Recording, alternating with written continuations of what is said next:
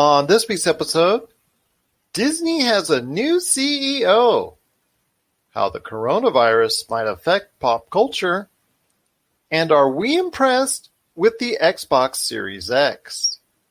All this and more as we reach our next stop, the PCC Multiverse. Don't be alarmed. The quasi-shimmering light before you is a trans-dimensional gateway to other worlds, other voices, other thoughts, and other realities. Up feels like down, and down feels like the number 7 on a Wednesday morning. Don't worry. That quivering, blood-boiling sensation under your eyebrows is all a part of the charm. Welcome to the PCC Multiverse. And we're back with another episode of the PCC Multiverse. This is Gerald Glasser from Pop Culture Cosmos, Game Source, Inside Sports Fantasy Football, and the Lakers Fast Break podcast. Thank you so much for listening to all of our great programs. I also want to give a big thank you to TJ Johnson and Big Haas from The Voice from the Underground. They were on with us on our last show celebrating Black History Month. So if you want to check it out today, it was a great 1-hour conversation on the influences that have shaped their view of pop culture. Please, I highly recommend you check it out today on the Pop Culture Cosmos channel, wherever you get your podcasts. And while you're there, if you can, that'd be truly awesome if you could go ahead and subscribe and be part of the over 1,600 different subscribers that we have already, or maybe leave a 5-star review. That would be awesome as well. Or listen to it on any one of our awesome radio stations out there, including our brand new radio station. We say a big hello to Nova Star Entertainment. So check out Nova Star Entertainment today. Please, you'll be glad you did with all the great stuff that they're doing there as well. Besides us right here at the Pop Culture Cosmos. But it wouldn't be a PCC Multiverse without my good friend. He is our own teraflop from Pop Culture Cosmos. You got to check out what he's doing today at popculturecosmos.com. His awesome podcast, Topicocalypse. And, of course, don't forget to buy his book, available now, Congratulations, You Suck. It is my good friend.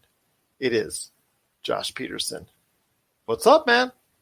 What up, what up, what up? Just doing some late-night pop culture talk, catching up on things that I have been slow on this week. So, this whole Pokemon countdown is very interesting to me. It is, and we'll close out the show with that coming up on the back end. But we'll also be talking about something going on with the new Xbox Series X that's on the way. And the reason why we mentioned Teraflop is because they announced some specs recently. And we'll go ahead and we'll talk about that real quick later on in the show as well. Plus, we'll be talking about Star Wars The High Republic, which is basically Disney and Star Wars' new plan for a lot of stuff coming up, starting later this year with books, with television, things of that nature. We're going to ask the question, is it the right direction to go back into the past and focus on that for a lot of your material, possibly even movies as well? And if that's a new direction for Star Wars, are we cool with it, or maybe going ahead and going into a different direction? So we'll talk about that coming up later in the show as well. Plus also something very important, and I know we like to just talk about light pop culture subjects all the time, but every now and then real news gets in the fray. So the coronavirus, it's out there. I know a lot of people are worried about where it's headed, what's happening with it, and all that. And it's obviously going to be taking a toll, and it already has taken a toll already on the entertainment industry. So we'll discuss that major issue coming up on the show as well. But first, my friend, a very surprise resignation, kind of a resignation, so to speak, as Bob Iger, the man who's been guiding the Disney empire for well over a decade now, steps down as CEO to focus in on creative duties. So his, I guess, new task in life is just solely focused on the creative direction for the Disney empire, mainly the Marvel, the Star Wars, the Disney, stuff like that.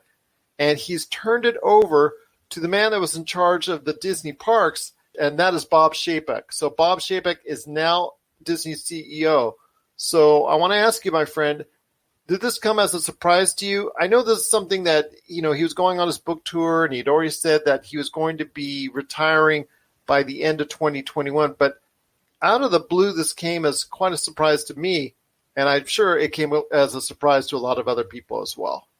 Did come as a surprise because he was always the one who is like confirming decisions made by Disney. Like, it didn't really seem like there was a lot going on behind the scenes that would indicate any tension or any danger with his job or anything going on. So it was kind of came out of nowhere, really. And it makes me wonder, like, what was going on behind the scenes, because we're hearing more and more, like, there's all these stories coming out with Kevin Feige talking about how that he wanted diversity in the Disney movies and he almost walked away, or the Marvel films almost walked away. Like, we're hearing lately a lot of stories about discontent behind the scenes at Disney. So it wouldn't be surprised if, like, a lot of this stuff is just being covered up or people aren't talking about it. There's a non-disclosure agreements or whatever's going on, but it's weird. It makes me wonder what else is happening behind the scenes that we're not hearing about.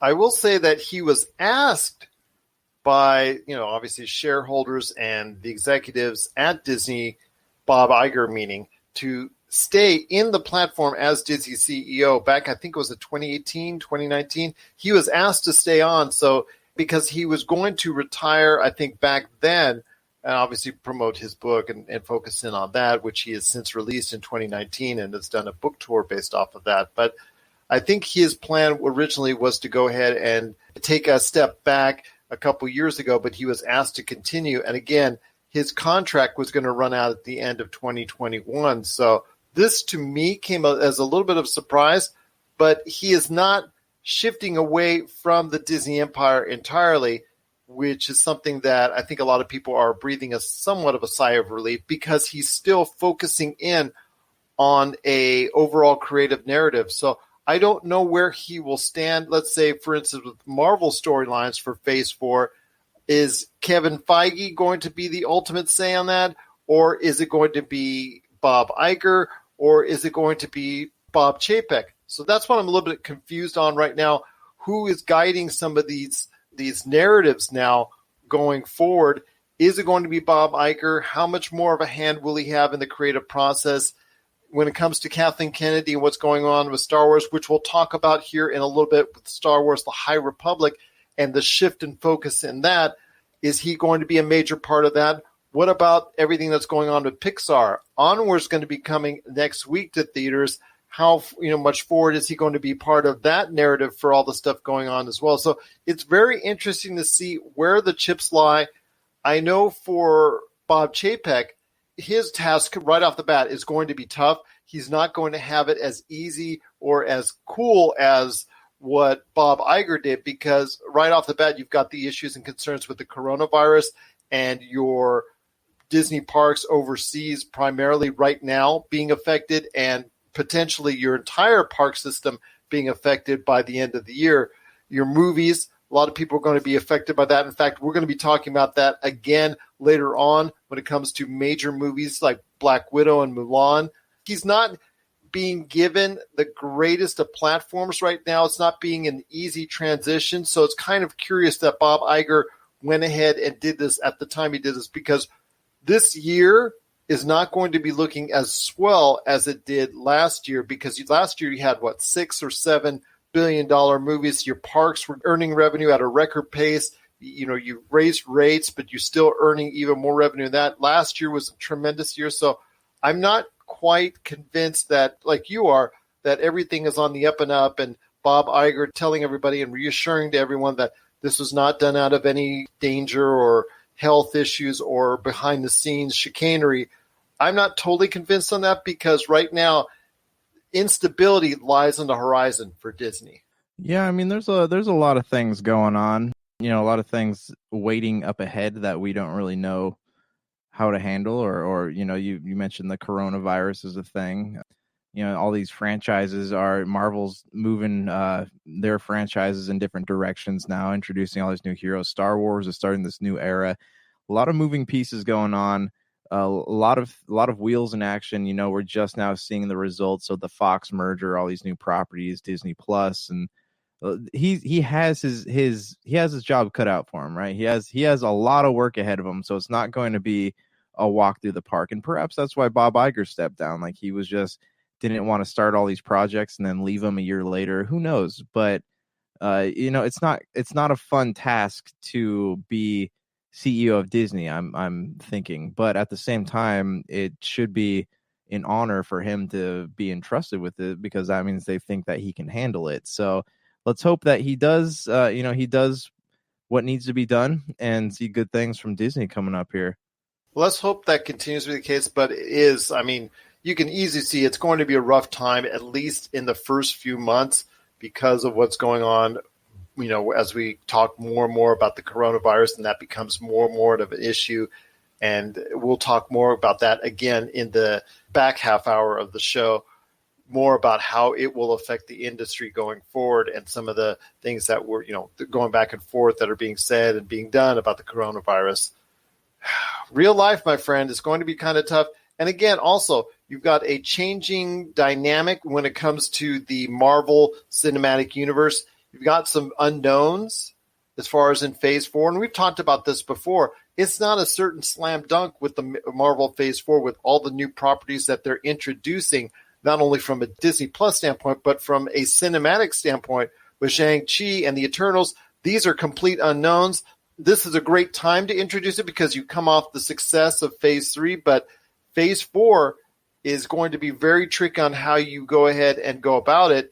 DC is now, trying somewhat, with Birds of Prey aside, has its act together to a much more of an extent than it did 2-3 years ago. So there's all these different changing things. Star Wars, we talked about the declining returns, where the Rise of Skywalker earned less than one half, or earned about one half of what Star Wars The Force Awakens did. So you've got declining returns on your Star Wars properties. So what does that mean going forward?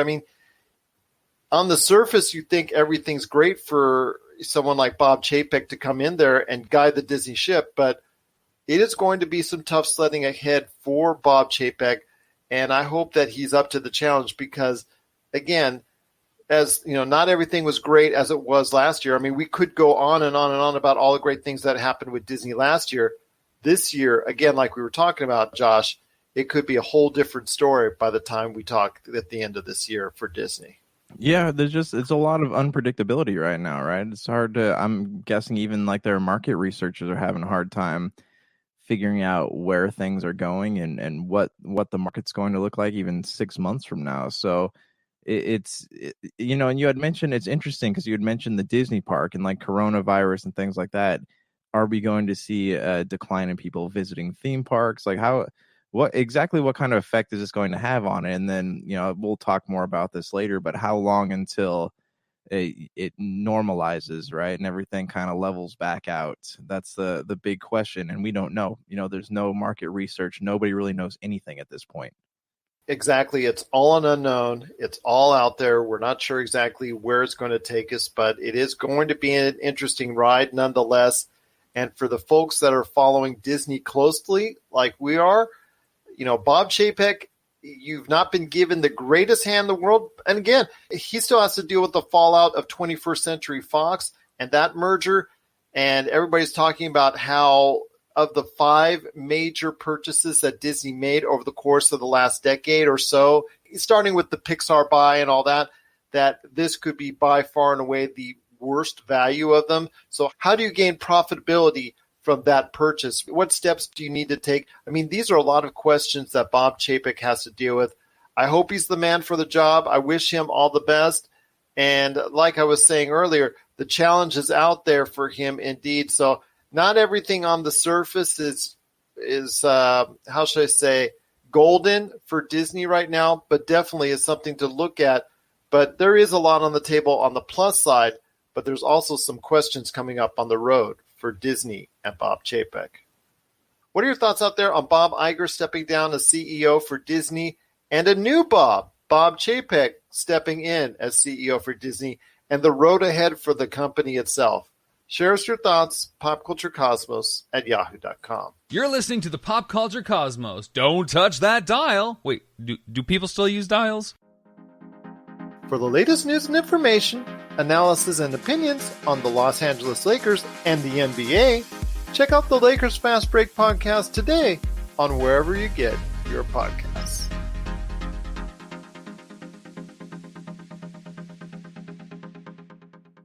My friend, A lot to talk about again still on today's show. Speaking of Disney, because again, this is something that, I don't want to say the pop culture world revolves around Disney, but it's sure darn close sometimes. And a lot more was done this week with Star Wars. Just as the Rise of Skywalker is now fading into the sunset and we're getting the final returns on it, it's now digital and going to video and all that stuff. And the whole Skywalker saga is fading into the distance, into the rearview mirror. We now get word with a trailer and more information on upcoming projects for books, TV series, and possibly even movies when it concerns Star Wars The High Republic, which I believe takes place 200 years before the events of the Phantom Menace, if I remember correctly. So I ask you, my friend, you took a look at the trailer about Star Wars The High Republic and all that. And I ask you this right now, is this something that you think could be a direction that they're going to take for a lot of the things that are going to go on in the Star Wars universe going forward for a while? Or do you think that it's going to go into a completely different direction? So judging from what I've researched about it, and I probably haven't read into it as much as you have, but they had said that this is going to be an era of novels and comic books and possibly some video games, but not films. And I'm fine if it stays within that medium of storytelling, but if they're going to do films in the High Republic era, it'll appeal to a certain group of people.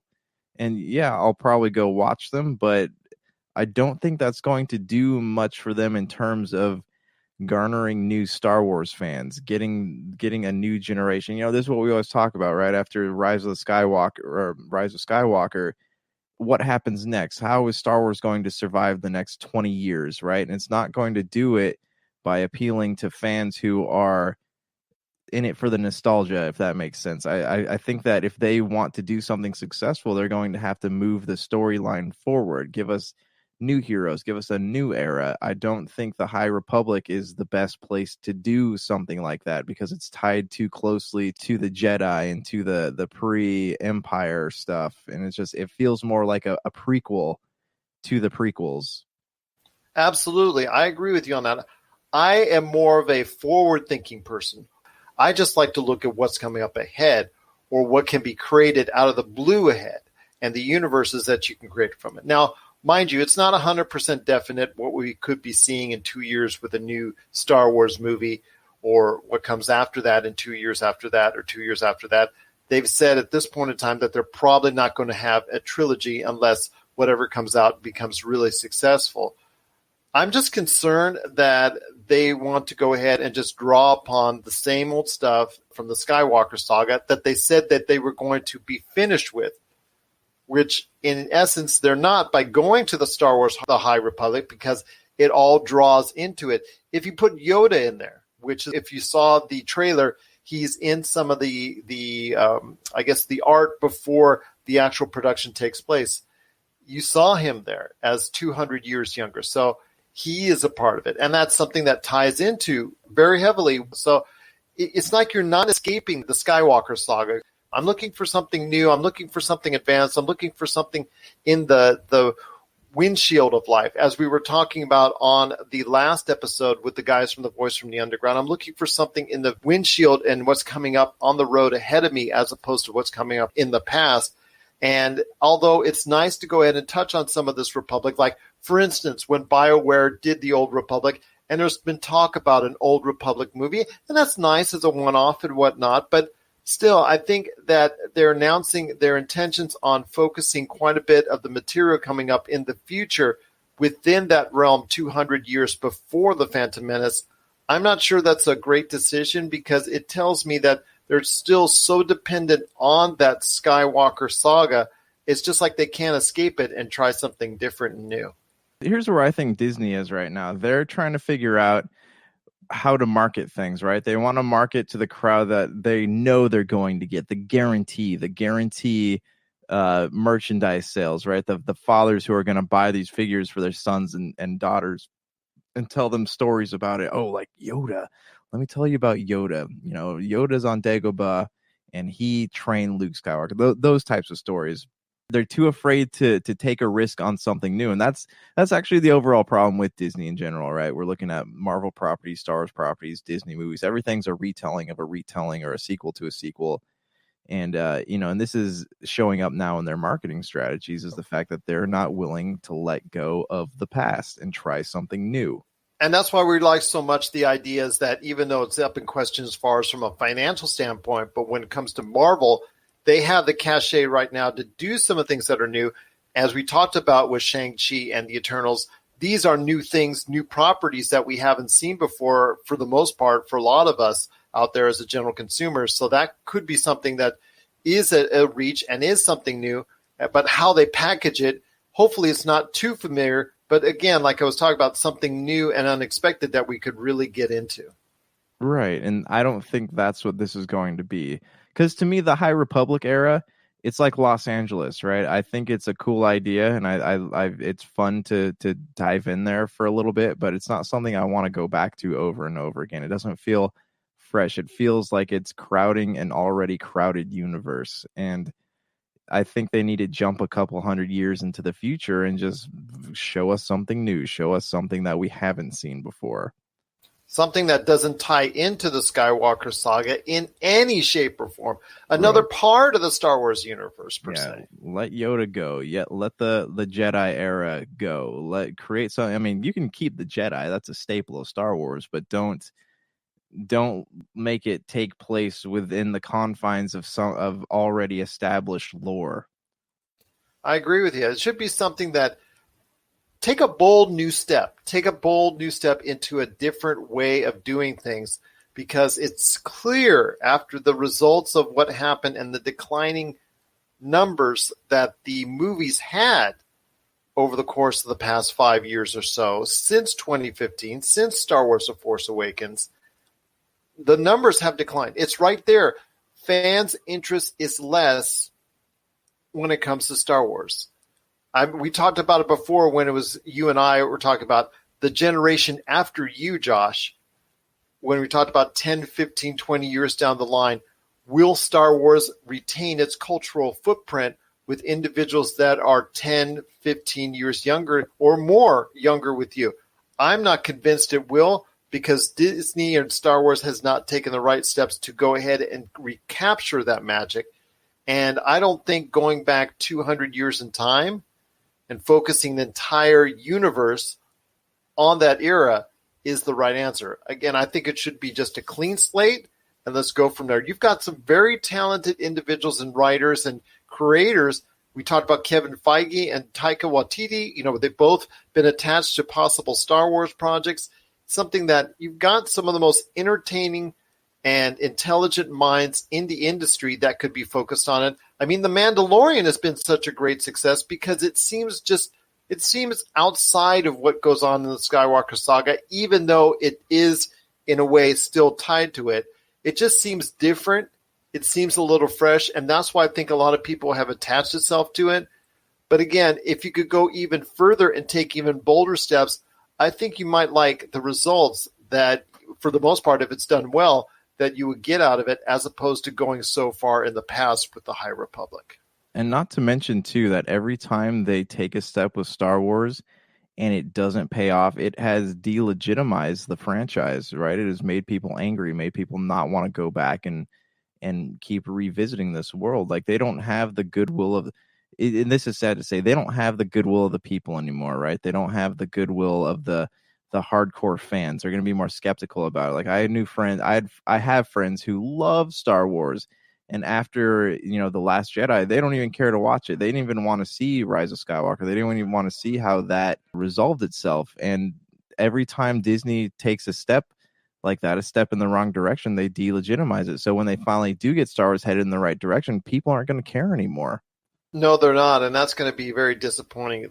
There will be less people like me wearing Star Wars T-shirts and things of that nature, or having anything in their room, or any artifacts, or buying anything. And I know that will be bad for Disney, but it'll also be bad for pop culture as a whole, because as you and I know, and as you and I, when we started this show, we realized very quickly that pop culture itself started really emanating from 1977. when Star Wars was released. I mean, it created that geek culture. It created that pop culture that made things like Star Wars cool to a larger audience. And then outside of just certain individuals that specifically loved it, it made pop culture and everything associated with it acceptable to a larger audience. And to me, if I could point to a real milestone in pop culture, I would say it is Star Wars. And to not have Star Wars as a major staple of the pop culture experience would be very disappointing. And there's a very real possibility, if Disney doesn't go about it well, that in 10 to 15 years, we could say it is something, meaning the Star Wars property and the Star Wars franchise, be something that is in the past and not really a major part of our present when it comes to pop culture. Yeah, I agree. And it would be a shame too, especially with all the money that Disney's dumping into it. And, you see more and more lately, George Lucas expressing disdain towards himself for having sold the property. And if you're finding the creator of a beloved franchise saying that, then you know that you need to do something better. You owe it to the fans to not, and you owe it to George Lucas especially to not destroy what he created and what so many people have grown up with and loved and shaped entire subcultures around. You owe it to them to step off the marketing horse and give the fans something that they want, something daring, something, like you said, they have a bunch of amazing talent at their disposal and they're not using any of it. And the ones that they do use, you have like the Josh Trank situations, right, where you lock them out of the director's chair, the editing room. You don't let them do what they were hired to do because you need to sell a T-shirt or an action figure. It's just that kind of behavior needs to stop. So just to reiterate and just close out this part of the conversation when it concerns Star Wars: The High Republic, I'm going to say right now, again, we got to keep our mind open on what they can create within that universe, but it still, in many ways, will still tie itself to the Skywalker saga, and that, I think, might be not in the best interest of what Disney and Star Wars should be doing.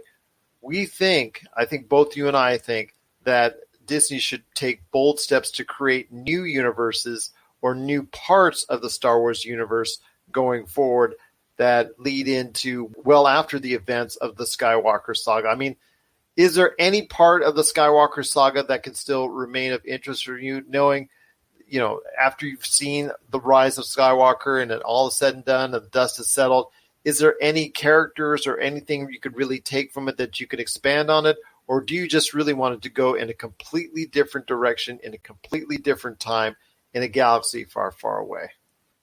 No, there's nobody left. I love the character from Jedi Fallen Order, and I would love if they recanonized Starkiller from Force Unleashed. Those would be two characters I'd love to see take on a live action form. But outside of that, like there's nothing. Like and this is sad, like I never felt an attachment to Admiral Akbar, right? I never felt an attachment to Finn or Poe or any or C-3PO or R2-D2. Like it kind of, the way that they treated these characters, outside of Finn and Poe, the way that they treated the characters that I grew up with, just it didn't feel respectful, and it didn't feel like it was something that I would want to keep going back to, because they're dismantling my childhood and creating a new Star Wars that I just can't stand behind. I don't blame you. I mean, there's so much that you could do going forward. I would love to see that opportunity. I mean, you have such success right now with The Mandalorian. I know there's going to be spin-offs that they're already talking about that, and they're going to probably beat that to death at some point in time in the future with Disney Plus series, which is fine.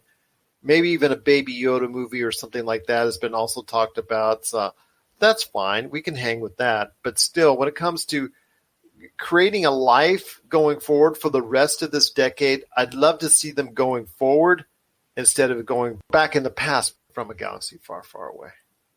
What are your thoughts out there on Star Wars: The High Republic? Is that the right move going forward for Disney? Do you think that should be the way that they be focusing on, or instead should they introduce something new and exciting in another part of the Star Wars universe unrelated to the Skywalker saga in any way, shape, or form. Share us your thoughts, popculturecosmos@yahoo.com. Also as well, Pop Culture Cosmos, Humanica Media, and Game Source on Facebook, Twitter, and Instagram as well. Rob McCallum Films is back with a vengeance. Power of Grayskull, the definitive history of He-Man and the Masters of the Universe, which chronicles the ultimate 80s billion-dollar franchise, Masters of the Universe. See exclusive interviews and hear untold stories from the people responsible for creating the world of Eternia, a place full of magic and science, and learn about the craft of creating action figures and animation. Power of Grayskull is just one of our many projects at Rob McCallum Films. Well, my friend, it is now the back half of the hour. We're done halfway so far. I want to thank everybody for listening right here on the PCC Multiverse. This is the subject I really was hoping that we could try to avoid over the past couple of weeks, but more and more, it's looking like it's going to be a major part of the story in every facet of our lives, and that includes the entertainment industry, that includes pop culture, that includes what we're going to have to probably interject in over the next few weeks and months is the effect that the coronavirus may have on the entertainment industry. It's already having an effect on the industry as a whole, especially overseas where many entertainment properties they can't build, they can't ship out as far as products are concerned. In China, they've closed so many different things as far in China because of the scare from coronavirus, including theaters. A lot of theaters have closed, so the area that is right now the second busiest and second most popular film watching community, which you and I both talked about, they were on a course, meaning China was on a course to go ahead and become the leading revenue area for movies by the end of this decade. And that was something they were going to go ahead and pass the U.S. I think they will anyways. But it's going to be a process. It's going to take a little bit more time now that what's happening. You have already countries in Europe, the Middle East, now South America, Asia. All of them, are going to be affecting already by what's going on with the coronavirus. And a lot of this going on as far as movie theaters, businesses, anything relating to the entertainment industry. MI7, Mission Impossible 7, had to shut down production because of what's going on with coronavirus, and we're going to see even more affected by it. And there's going to be a lot of changes with the way films are being distributed and released. They've already talked about Mulan. It's overseas. It's going to be affected greatly by it, and it could possibly happen even to the new James Bond movie, No Time to Die. Black Widow could be severely affected, and even more coming up this year. So I ask you, my friend, your thoughts on the industry as a whole and how it will be affected by the coronavirus. Okay, so I have several thoughts on the coronavirus, and it's like I keep wondering, like, when, like I said with the Disney thing, when are things going to normalize, right? They should just come out. Like, there's a lot of misinformation. I discussed this with you before the show. There's a lot of misinformation about the coronavirus. Like, the media is selling it like it's this thing that's going to kill millions of people, when in fact it's another version of the flu, and what you said, the mortality rate was 1.9% higher, right? Yes. I mean, currently, first off, we're not trying to dissuade or anybody about the flu. The flu still kills thousands of people, but so many people get the flu, and the death rate, there is a mortality rate from it. It is right now, I believe, in America around 0.1%. Right. But that's still a lot of people dying when you consider how many people get sick.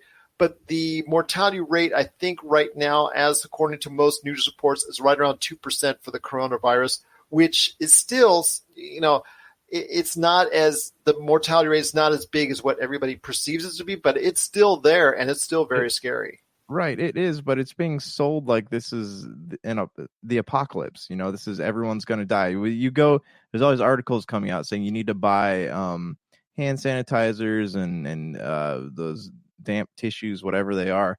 And then you go to Costco and like the water's all sold out. Like everyone's treating this like it's the end of the world. And it is just going to be something we have to deal with, right? As long as you treat the symptoms, you're fine. It's the people who, like the older people and the people with autoimmune diseases or weak immune systems, are really suffering from it. So going back to the Hollywood thing is like, how are they really willing to sacrifice that much money for the sake of something that is basically the flu?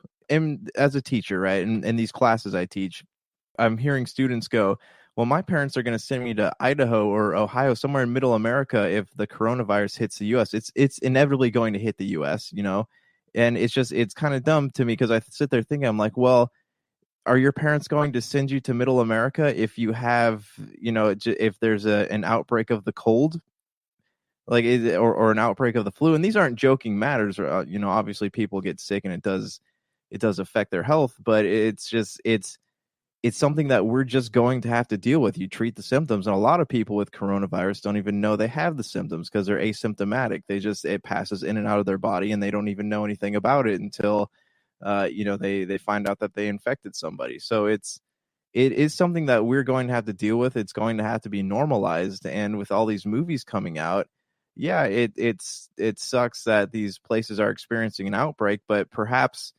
this will become, again, it will become the flu or the cold, and then people can just go back to doing what they do. You get sick, go to the doctor, treat the symptoms. So do you think Hollywood's willing to let that to stifle the amount of money that could be made from some of these films? That's my question.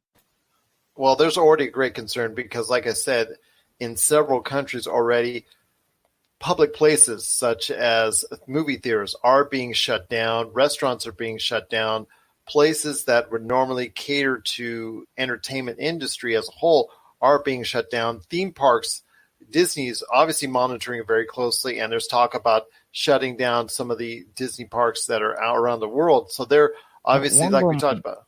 Yeah, one of them already was shut down, right? The Disneyland in Hong Kong was shut down. Shanghai, Disney Shanghai, I think. Yeah. So it's I guess when, the same thing with like SARS and bird flu and stuff like that. Like, when is it just going to become a thing, and people are willing to go back outside again?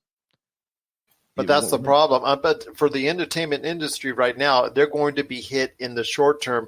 Like, for instance, what we're seeing with the stock market. The stock market is going into the toilet as we speak right now because of such great concerns over the coronavirus.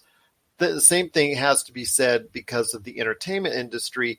Anybody who normally would profitize off of something relating to the entertainment industry is going to affect them adversely, because also as well, there's a lot of stuff because of the coronavirus that you can't ship out. You can't export from China because there's a lot of restrictions right now going on. So that's making it even tougher for video games. It's making it tougher for any entertainment property that's out there that receives some of the stuff. I know Arcade 1-Up fans are kind of concerned about getting new Arcade 1-Ups in because a lot of the items and components of it are built in China. There's talk about the video game industry. A lot of entities have canceled E3 and GDC and other conferences where they could go ahead and show their new wares because of what's going on with the coronavirus. So it is something that a lot of people out there are very fearful of, and I can understand why, because right now there's just a mass fear because of the unknown. And we as humans, we always fear the unknown the most. Yeah, but we're causing all of this hysteria over something that, again, it is just a slightly more dangerous version of the flu, and I wonder, like, how long are people going to be willing to let that affect the way that they live their lives or run business? Like, when long term, the short term, I get it's a serious health issue. We don't want to risk people's health. It is a thing, but like in the long term, like, it is their prediction is that it's going to come into the US and it's just going to be another thing you have to deal with every year, like the flu or the cold. Well, it is something that a lot of people are very fearful of. I'm going to tell you right now, I'm be honest with you, I'm very nervous about it myself, for my family, for my daughters, for my mom, for my mother-in-law, for a lot of people out there that might be adversely affected by it. We've already seen a number of individuals affected by it as well. But again, when it comes to an industry standpoint for the entertainment and pop culture community, this is going to be something where it's going to adversely affect them. By the time be adversely affected. And by the time Mulan comes out, even here in the United States, Mulan could be adversely affected because people may not want to go to the theaters because they're so scared of possibly being within an environment where they could contract the coronavirus. I mean, those fears are now getting larger and larger by the day at this point in time. And while it is nice to temper that fear by trying to state exactly what the coronavirus is and the mortality rate and the actual how many people get sick to the ratio and things of that nature, it's still very concerning for a lot of people out there, and it is going to affect a lot of things we see. The streaming market will be probably the only thing that's positively affected by it because a lot of people want to stay home. What are they going to do for options? They're going to go ahead into the streaming markets and choose some different channels or choose more of what they're doing within the streaming market.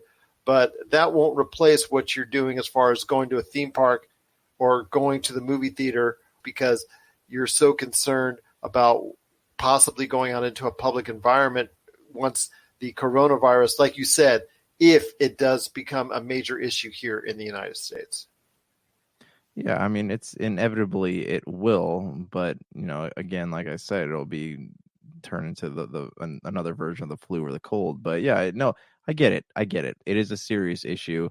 I just am curious how long an industry like Hollywood or the theme parks or whatever it is, how long it's going to slow something like that down. It was the same thing with SARS. It didn't take long for people to go back out into public places, right? And have the crowd start building up again. And with the movie theaters, their numbers are already dwindling. So I mean, it's just another excuse for people not to go to the movies. But I just like, how long is it going to hinder everyday life in terms of how movies are put out and video games and things like that?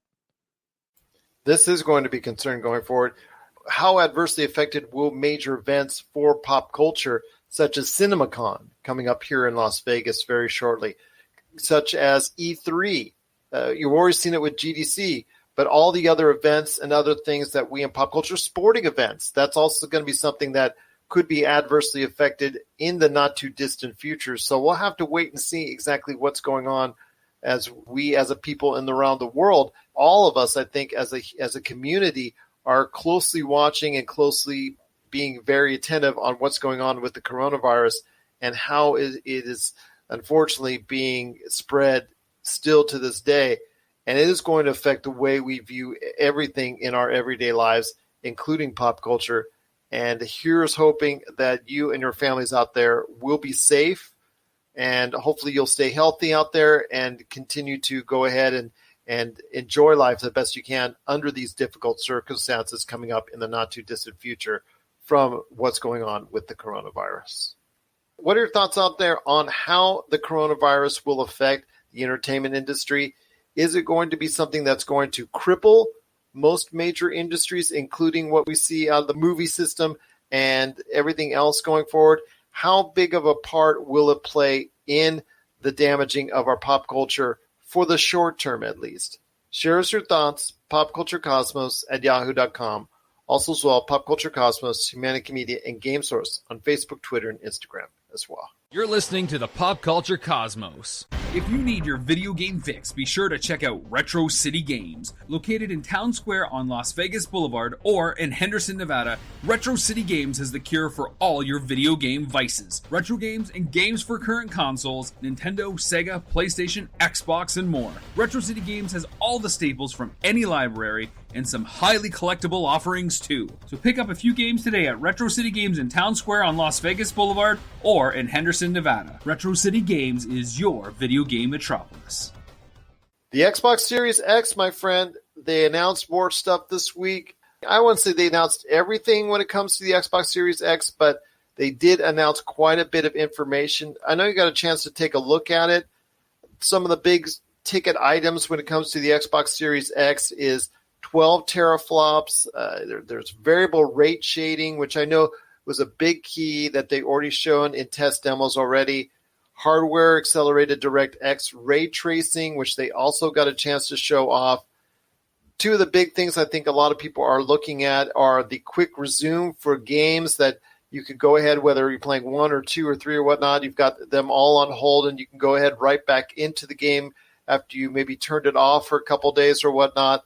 And then smart delivery for either updates or new games purchase and things of that nature. A lot of interests are into that because we live right now where the Xbox One and the PlayStation 4, we live in an era right now where, okay, it's uploading. Okay, I'll leave for a half hour or 45 minutes and come back. So hopefully that system of the way we get updates or way we purchase and install games will continue to evolve quicker and faster and better for us here as gamers. Nothing yet on the PlayStation 5 as far as information really, but I wanted to ask you this. When it comes to what you heard with the Xbox Series X, the 12 teraflops, I think for me is the big key. That means it's going to be, as of this point in time, not talking about 5-10 years down the line, because obviously the console evolution always goes by very quickly, and what's current and hot now or what's powerful now won't be in 3, 5, 7 years down the line. But 12 teraflops right now it's a pretty powerful workhorse right now for whatever it is you're going to be doing, whether it's a computer or things of that nature. But as a game system, when you look at the 12 teraflops or anything else that was presented this week as far as what's upcoming for the Xbox Series X, how impressed were you by it? And does it make you more interested in purchasing a system when it comes out later this year?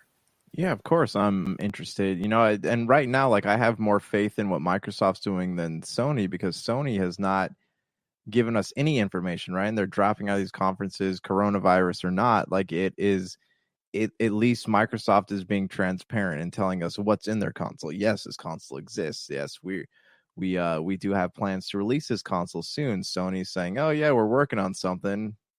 Here's a Spider-Man demo, and then nothing for months and months and months. So yes, it is something I'm interested in. I'm loving the fact that devs like CD Projekt Red are saying, hey, you don't have to buy these games twice. If you bought this, since this is a pre-new generation release, if you buy this game, we will give you the upgrade for it for free. I absolutely love their devotion to that, and I'm hoping that more developers will follow suit.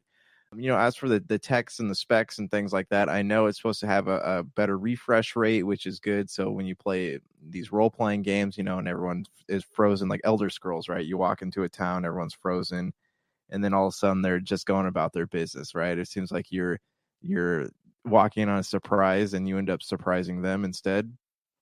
Yeah, right. So that's where your ray tracing and stuff like that comes in. But I want to see it in action. I want to see footage of it before I say, oh yeah, well, teraflops. Yeah, lots of teraflops. That's good. So I want to see it in action before I fully go, give them my praise. But right now I think that Microsoft's doing it right. Well, obviously they learned from previous mistakes when it came to the Xbox One and then also the Xbox 360 a little bit more.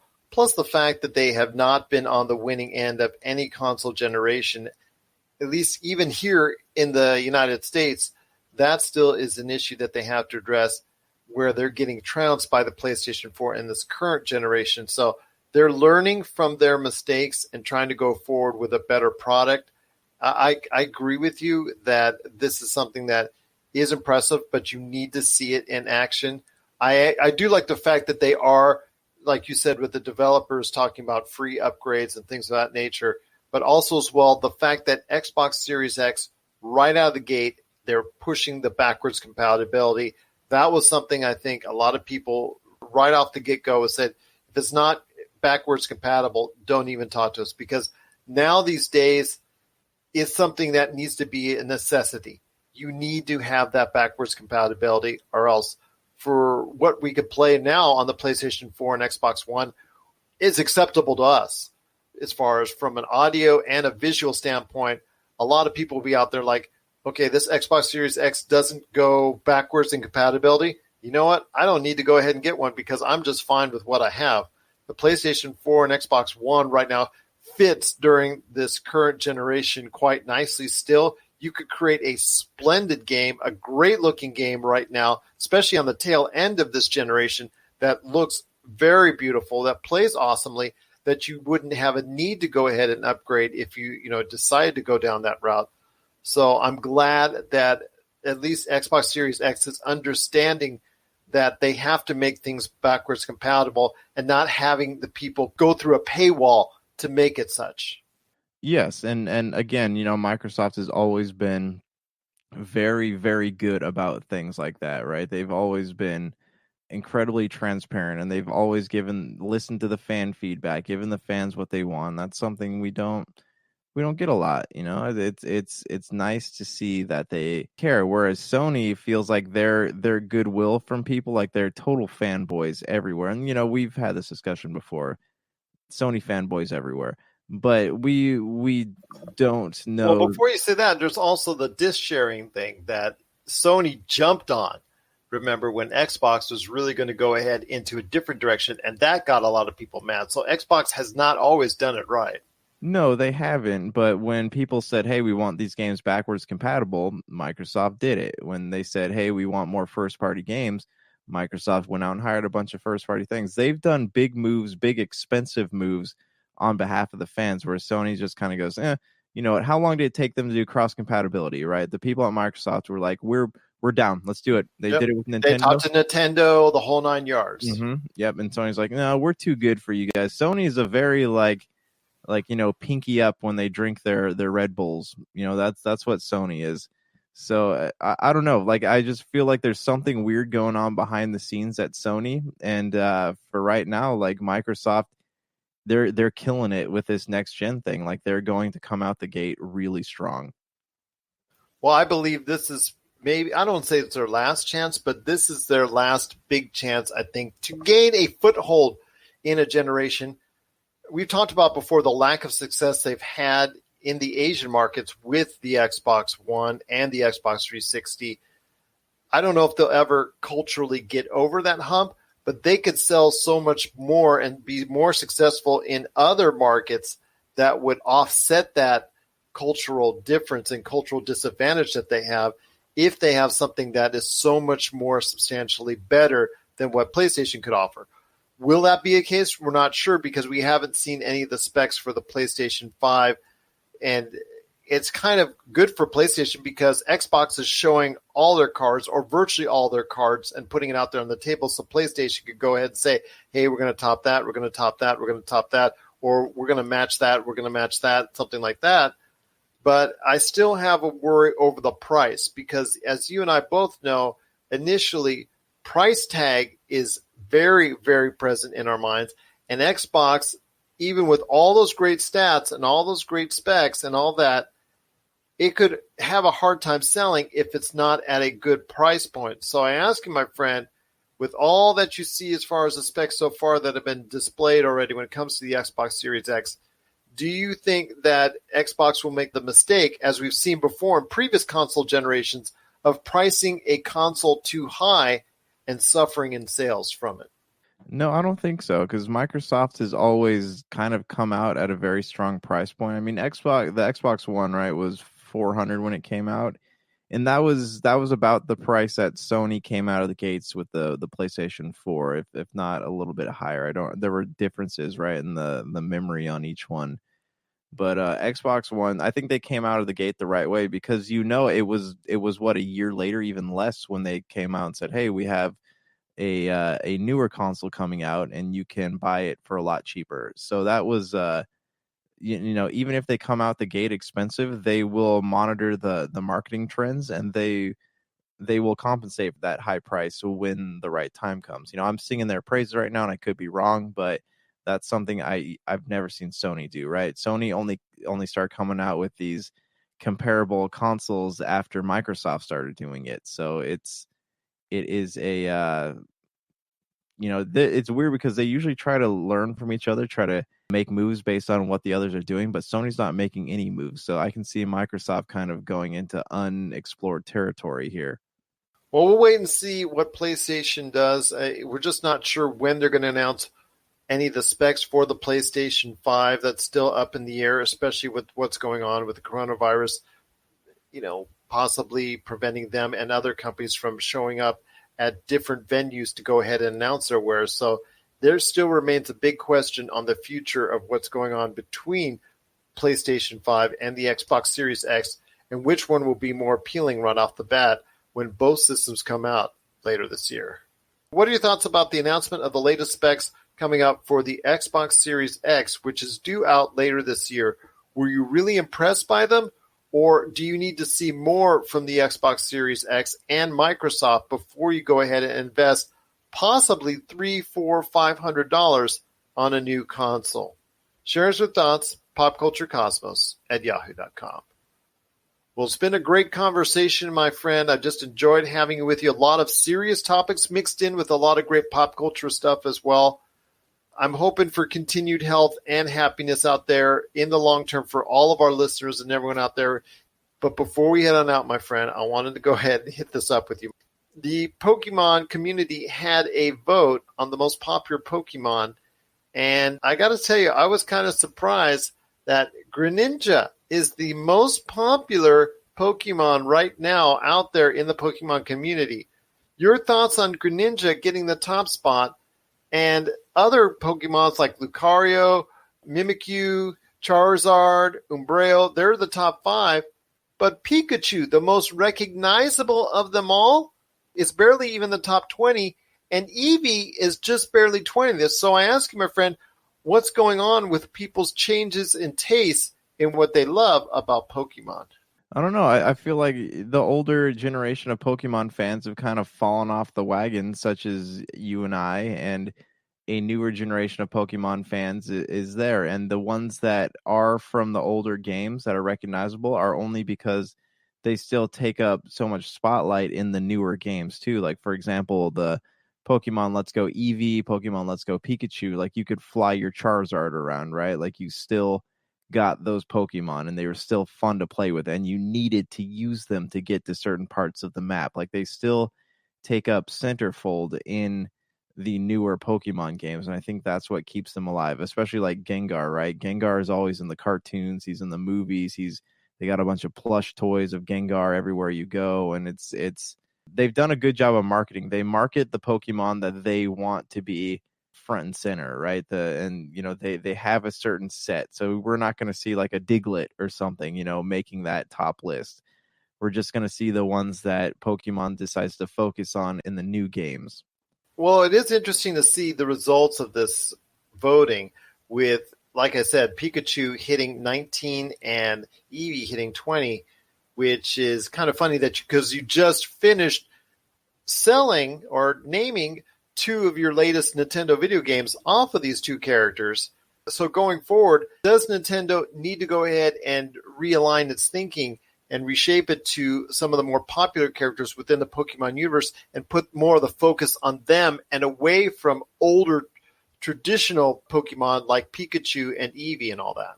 That's a good question. I don't think they ever will, though, because Pikachu and Eevee have always been like the faces of Pokemon, like the marketing face. They're the cute Pokemon. Every kid remembers that scene in Pokemon's first movie when Ash gets turned, or is it when between Pikachu and Ash and Mewtwo, right? And the tears and the way you feel for them, like they won't move outside something like that. This is kind of like Disney marketing Star Wars, right? They want to cling to the generation that they know will buy this for their kids. It's like, oh, hey, back when I was a kid, Pikachu was awesome, and now I'm going to buy you a Pikachu, and I'm going to buy you Pokemon, and we're going to talk about Pikachu, and we're going to relate to each other. A Greninja, I don't even know what that is, so I'm just going to let you go ahead and give this Moonstone to Eevee, There you go. Or how about a Peter Sono? That's a brand new Pokemon that's out there. How do you like that one? Or Joshirino? Yeah, well, there's a lot, right. There's a lot out there. I don't even know who they are. Like, I came across a bunch in Pokemon Sword, and I couldn't even tell you what their names are anymore. I'm just like, yeah, guy with shell, guy with boxing gloves on. Cool. Fair enough indeed.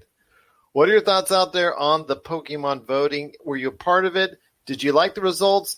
And what about the trade-off between the more familiar Pokemon that finished lower on the balloting and some of the newer Pokemon that finished higher up on the list? Share us your thoughts, popculturecosmos@yahoo.com. Another great episode, my friend. Appreciate your conversation as always. Got another great one lined up coming up on Monday with the Pop Culture Cosmos. So we're going to stay in tune with what's going on with pop culture, and here's hoping you will as well. So for Josh Peterson, This is Gerald Glassford. It's another beautiful day in paradise right here in the PCC Multiverse. Thank you for listening. And here's hoping you have yourself a great